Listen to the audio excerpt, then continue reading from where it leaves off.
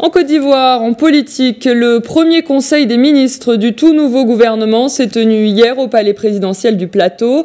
Ce gouvernement, qui enregistre quelques nouveaux entrants, devra relever les nouveaux défis auxquels fait face le pays. Les précisions à Abidjan de Sandrine Bamba et Herman Dogo.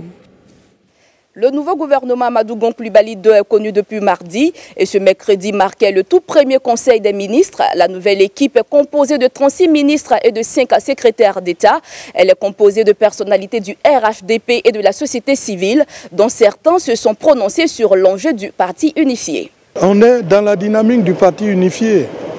Nous allons y arriver parce qu'en réalité, le PDCI n'est pas contre le parti unifié.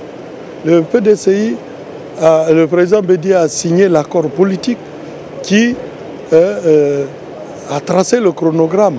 C'est une question de divergence sur la mise en œuvre, c'est ça qui est le problème. Mais je pense que ça va être réglé. L'actualité en Côte d'Ivoire a été dominée ces dernières semaines par des pluies torrentielles qui ont causé de nombreux dégâts dans la ville d'Abidjan. Le tout nouveau ministre de la Construction, du Logement et de l'Urbanisme a annoncé quelques mesures. L'évolution de la ville d'Abidjan correspond à l'évolution d'une grande ville, d'une ville moderne, avec toutes les commodités.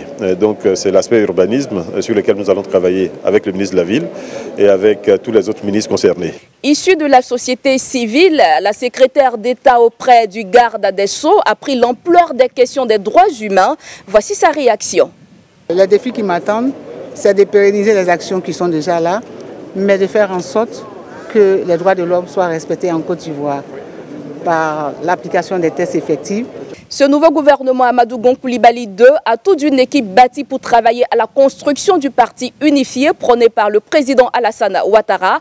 Un gouvernement qui devra relever de nombreux défis et amorcer le cap de 2020. Sandrine Bamba pour Médian TV Afrique, Abidjan.